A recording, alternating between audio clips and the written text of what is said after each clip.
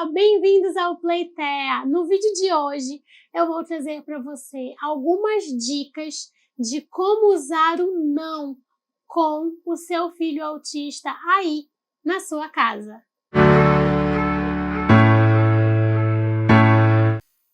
Hoje eu resolvi fazer esse vídeo sobre dicas de como usar o não, porque eu recebo frequentemente muitas perguntas e muitos relatos também de famílias, de pais, mães que têm muita dificuldade nesse momento do não, que sempre que precisa falar não para o seu filho, é um momento de muito transtorno, a criança fica muito desorganizada, muito irritada, e isso gera uma série de comportamentos inadequados. Então, o seu filho pode ser igual a um dos meus pacientes. A sua dúvida pode também ser igual à dúvida de um dos pais que eu atendo. Então, eu resolvi fazer esse vídeo para trabalhar também essas questões aqui com vocês, que me assistem, que assistem o Playtea, que devem ter também essas dúvidas no dia a dia. Eu recebo também inúmeras perguntas nos perfis do Playtea, sejam eles pelo Instagram ou pelo Facebook, de dúvidas sobre situações que acontecem no dia a dia, relatos de comportamentos.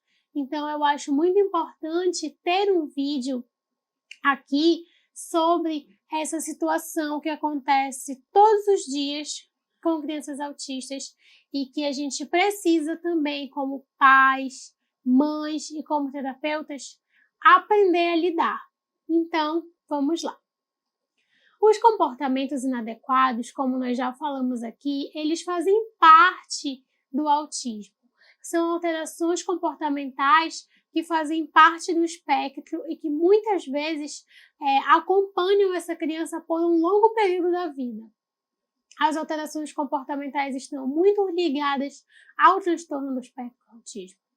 E quando a gente fala especificamente do não, da palavra não, a gente precisa entender todas as emoções que ela envolve. Tudo o que essa palavra pode gerar nessa criança para poder entender o porquê alguns comportamentos acontecem. Então imagine, quando você está realizando algo ou está com uma grande expectativa de realizar algo, você cria uma ideia sobre aquilo, você cria situações de como isso vai acontecer, você imagina de diferentes formas aquela situação. Mas, por algum momento e algum motivo, alguém chega para você e fala: não, você não vai fazer isso, isso é errado. Como você se sentiria? O que passaria na sua cabeça nesse momento? Pense comigo. É com certeza, ao meu ver, pelo menos, uma situação de muito estresse e frustração. Acho que esses são os sentimentos mais predominantes nesse momento. Frustração porque expectativas foram criadas, planos foram feitos e aquilo ali foi interrompido pela palavra não de alguém. E estresse porque lidar com essas emoções, lidar com essa frustração não é fácil. Então, essa frustração pode acontecer e ser externalizada através da raiva, através da briga, através dos xingamentos, através das agressões, ou ela pode ser externalizada pelo choro, ela pode ser externalizada pela introspecção, a pessoa ficar deprimida, ficar triste, ficar chateada, não querer mais estar num ambiente com muitas outras pessoas, vergonha. Vários sentimentos, se nós formos parar para pensar, são gerados a partir de uma única palavra, não.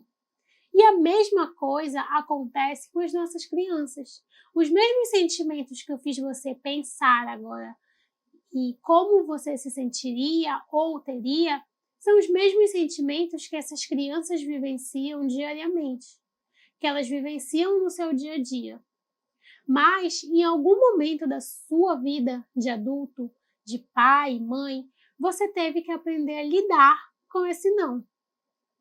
Em algum momento você teve que aprender a lidar com o não, você teve que aprender a lidar com essa frustração, lidar com a angústia, com a raiva e com todos os sentimentos que esse não pode gerar em algum momento. E o tempo em que cada pessoa demora para digerir esse não é muito subjetivo e único de cada um.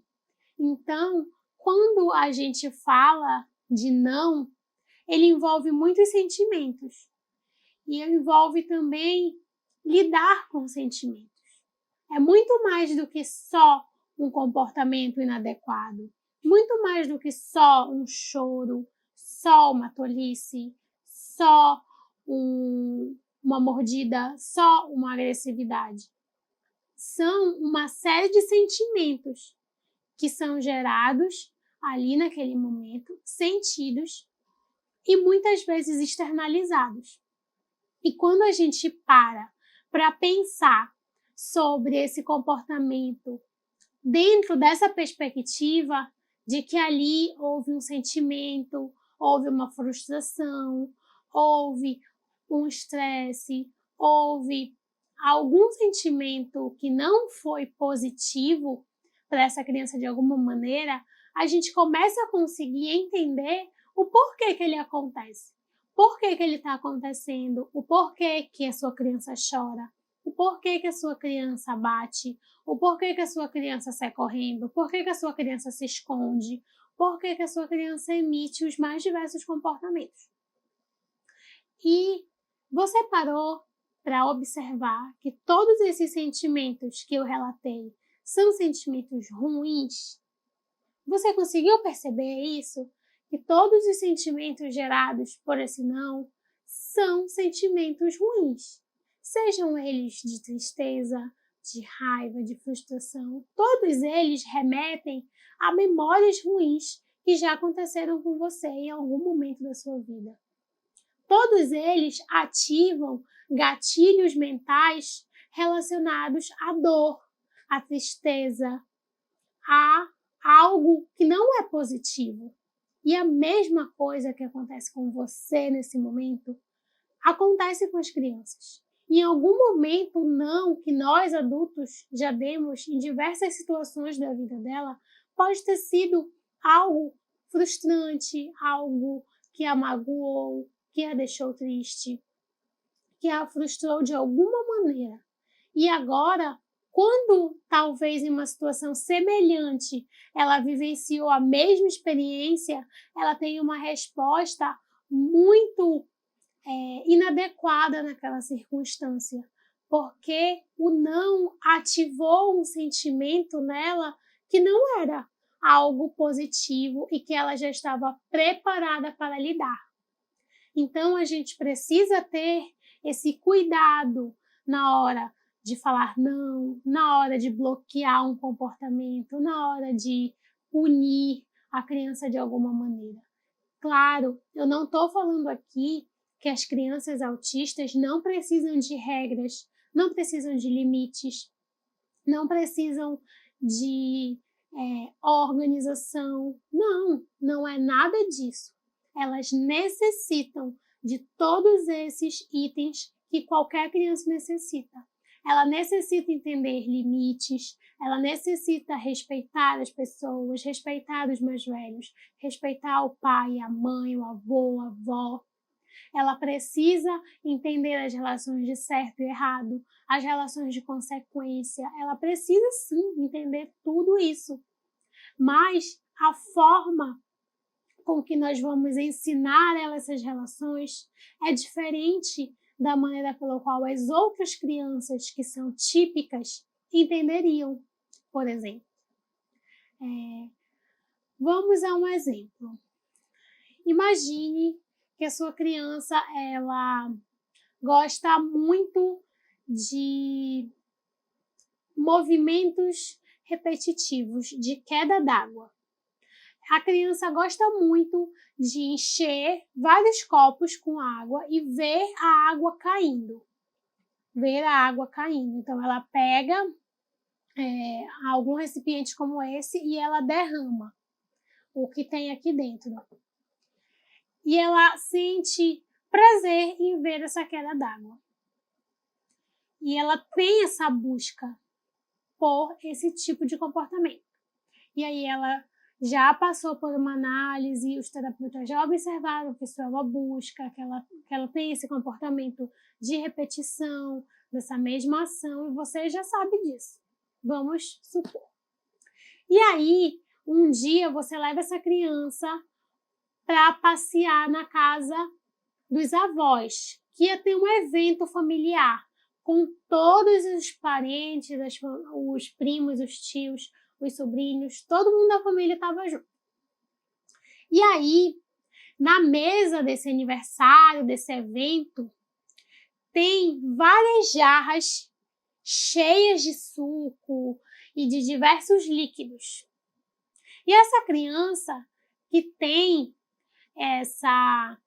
esse comportamento e essa busca por queda d'água, vê ali uma grande oportunidade de brincar, de derramar os líquidos, de ter a sua busca por queda saciada, de diversas maneiras, porque existiam várias jarras. E aí, num momento de descuido, essa criança pegou a jarra de algum líquido que estava lá na mesa do buffet e derramou. E todo mundo ficou olhando, assim, perplexo com o que aconteceu. Meu Deus, ele derramou tudo.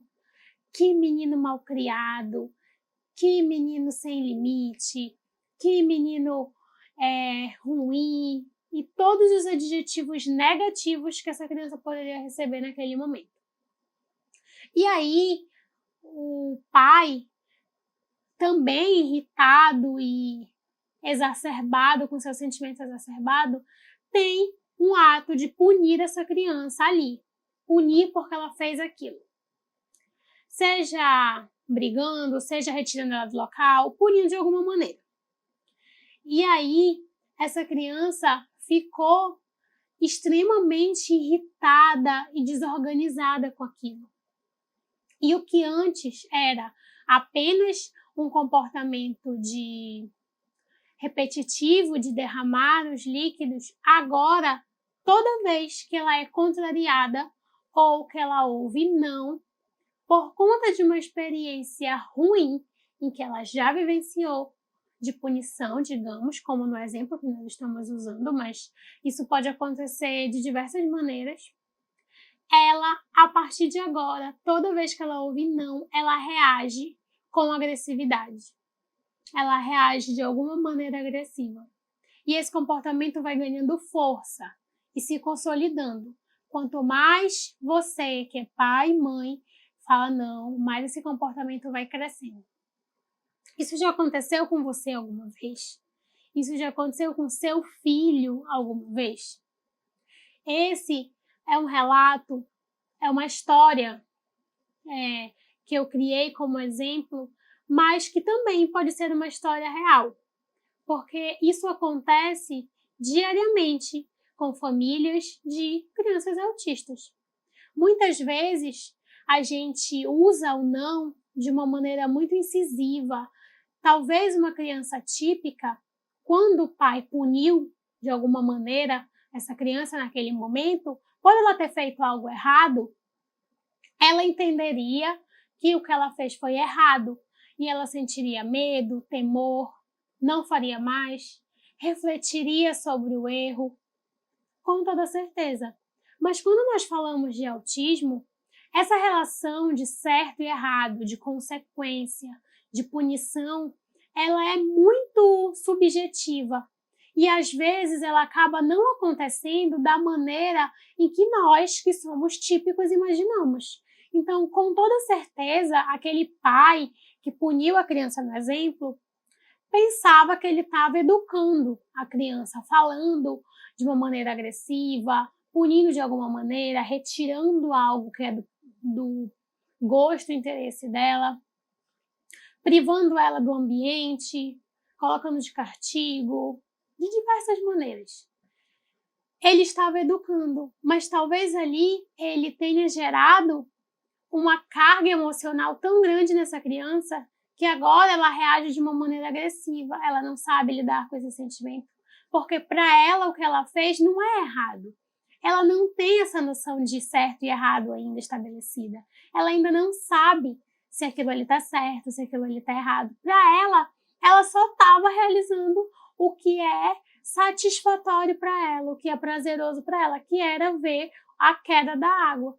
Então ela não tem essa relação de consequência, que ali era uma mesa de buffet, que ali aqueles líquidos eram para serem ingeridos e não derramados no chão, que fazer isso no ambiente social é desagradável, as pessoas ficam tristes, a dona da festa, do evento, ia ficar triste porque aquele líquido derramou. E assim, as diversas maneiras que a gente pode imaginar que aconteceria negativamente com esse tipo de comportamento. Mas a criança não tem essa percepção. Ela não consegue entender esse limiar de certo e errado naquele momento. E por isso, as terapias comportamentais, especialmente a terapia ABA, trabalha essas questões de uma maneira muito incisiva e também muito correta, muito dentro dos estudos, muito pautada na análise desse comportamento de diversas maneiras, no estudo individual da criança, para que a partir daquele momento e dessa nova abordagem, desse novo conhecimento sobre o comportamento, essa criança agora consiga entender as relações de certo e errado para que ela não realize isso novamente. Então, entender essas relações são muito importantes para o desenvolvimento e até a utilização desse não no dia a dia da criança. Entender como esse processo funciona é essencial para que vocês, pais, também repensem a maneira pela qual vocês vão utilizar esse não. Então, você pode estar se perguntando: como eu vou falar não para o meu filho agora? Já que você está me falando que isso gera tantos sentimentos ruins nele e que a punição feita de uma maneira errada, o não feito de uma maneira errada pode causar tantos sentimentos, pode até gerar comportamentos ainda mais inadequados. O que eu devo fazer? Agora, a partir de agora, você deve pensar que o não, ele não quer dizer que você não vai dar limite. Não quer dizer que você nunca mais vai poder usar a palavra não. A partir de agora e a partir desse vídeo, você vai precisar mudar o seu olhar para o não. Então, se antes você simplesmente só falava não, aquele famoso ditado, né, que todo mundo fala, que as mães sempre repetem: não, você não vai fazer isso. Aí a criança ou a pessoa pergunta: mas por quê? Por que não? E aí a criança fica sem entender o por que não. Então agora, de acordo com cada faixa etária e de acordo com cada grau de entendimento, a gente precisa explicar o porquê desse não para essa criança. A gente precisa falar para ela o porquê que aquele não está sendo dado e o que é que vai acontecer se ela continuar com aquilo. Trabalhar trocas com as crianças é fundamental nesse processo. Substituir algumas vezes aquela bronca por uma troca. Então, você pode sim falar não, mas você estabeleça uma troca com a criança. Você pode usar o não explicando para ela o porquê do não. Não simplesmente só falar o não pelo não, porque para ela não vai ter um sentido. Para ela não vai conseguir compreender qual é a função daquela palavra. Ela só vai entender que aquela palavra é uma coisa ruim. E que quando ela ouve aquela palavra ruim, ela tem que reagir de uma maneira ruim. Então, para ela, é muito mais fácil a compreensão quando a gente usa as estratégias para a utilização desse não. Então, vamos às estratégias. A primeira estratégia que você pode estar utilizando, como eu falei, é explicar o porquê do não. Observar como está realizando esse comportamento. Por que o seu filho está tendo esse comportamento inadequado? O que está acontecendo antes desse comportamento, durante esse comportamento e após esse comportamento? Alguma coisa acontece antes dele realizar a ação que você considera errada e inadequada. E alguma coisa acontece depois dessa ação. Ele fica feliz, ele faz isso por algum motivo. Por exemplo, o seu filho pode gostar muito de assistir desenho na televisão. E alguém estava assistindo um programa na televisão, um programa que não é do interesse da criança, que ela não gosta. E aí ela chega, vê que está passando outra coisa na televisão e começa a chorar do nada. Do nada ela começou a chorar.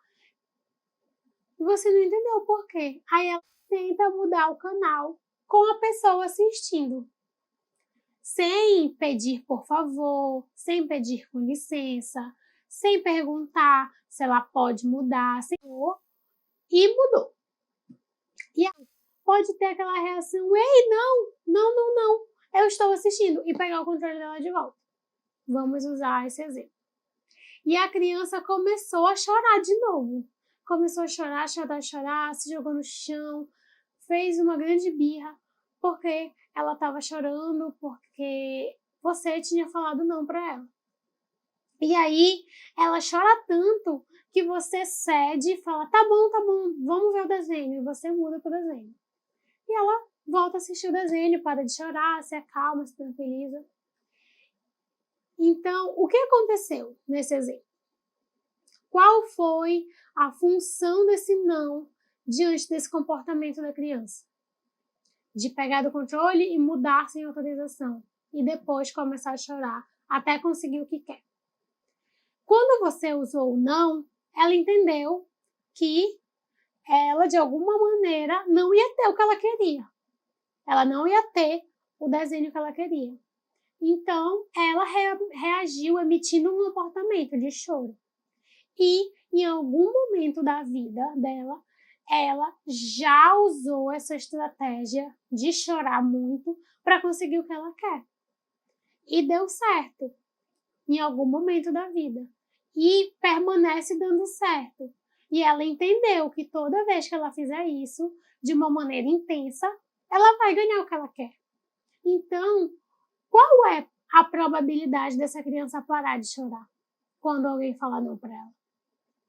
É muito pequena. Porque toda vez que ela chora e ela permanece com esse choro por um longo período de tempo, ela ganha o que ela quer. Ela tem o objetivo dela alcançado. Então, para ela, não tem sentido não chorar. Pelo contrário, para ela, o sentido é chorar. Quando ela ouve a palavra, ela já associa imediatamente ao choro. E aí, assim, ela vai lidando com as situações que acontecem no dia a dia dela. E você, pai, pode estar muito angustiado com tudo isso e não saber mais o que fazer, porque parece que o seu filho não entende de nenhuma maneira. Então, essa é a hora de você explicar o porquê desse não. Por mais pequena que a criança seja, por mais dificuldades de compreensão que ela possa ter, explicar de uma maneira clara e objetiva o porquê daquilo ali está acontecendo é uma das melhores estratégias, porque a criança vai começar a entender as relações. Então, o mesmo exemplo da criança que mudou o canal, sem permissão e depois chorou até ter o desenho que queria. Quando ela mudou o canal, tente, ao invés de falar não imediatamente, perguntar o que você quer? O que você quer fazer? Você quer mudar? Você quer ver o desenho? E espere para ver qual será a reação da criança. Por mais que ela ainda não fale, ela vai emitir algum comportamento dizendo que sim, consentindo, demonstrando alguma coisa. De alguma forma ela vai demonstrar algum comportamento. Enfim, é o momento de você falar para essa criança o porquê desse comportamento estar errado. Então, você pode falar para ela: você quer mudar? E ela vai reagir de alguma maneira a esse comportamento. E aí você vai falar: você mudou o canal enquanto o papai estava assistindo. Agora é a vez do papai. Não é a vez do fulano. E você pode falar o nome da criança. Ainda não é a sua vez. A sua vez já está chegando. Vamos brincar com isso aqui até chegar a sua vez? E você apresenta uma substituição ao que ele queria fazer, que você considerava inadequado, que era mudar o canal enquanto você estava assistindo uma programação. E aí você falou o mesmo não. Você falou para ele que o que ele estava fazendo não era certo e que ele não podia fazer isso. Mas a maneira que você falou foi diferente. A maneira pela qual você se expressou e você explicou o que acabou de acontecer, a criança foi diferente. Então, a gente assim vai começar a construir nela a percepção de certo e errado, para que ela comece a entender que alguns comportamentos que ela emite não são corretos e ela não pode emitir-los. E não vai ser de um dia para o outro que ela vai entender. Talvez ele não entenda e ele insista em querer o desenho, ele insiste em querer o desenho. E aí você também pode continuar explicando para ele, falando: tudo bem, você quer o desenho? Então dê um abraço no papai para que você possa assistir. Sempre trabalhe essa relação de troca. Você vai ganhar o que você quer, mas você precisa fazer alguma coisa. Se a sua criança ainda não sabe falar por favor, ainda não sabe pedir, ainda não consegue se expressar através da fala, você pode dar a ele outras maneiras dele expressar esse pedido. Você pode pedir para ele bater na sua mão, então bate aqui na mão do papai, faz o toque com o papai, para você conseguir o que você quer. Dá um abraço na mamãe, dá um abraço na mamãe para você conseguir o que você quer, para a gente mudar o canal. Dá um beijo aqui para você ganhar o que você quer. Ah, muito bem, você conseguiu, você pediu. E quando a criança emitiu o comportamento adequado, você reforça esse comportamento. Muito bem, é assim que você tem que pedir quando quiser ver o desenho, tudo bem? Agora nós vamos mudar. E aí você muda e deixa de assistir o que ele quer.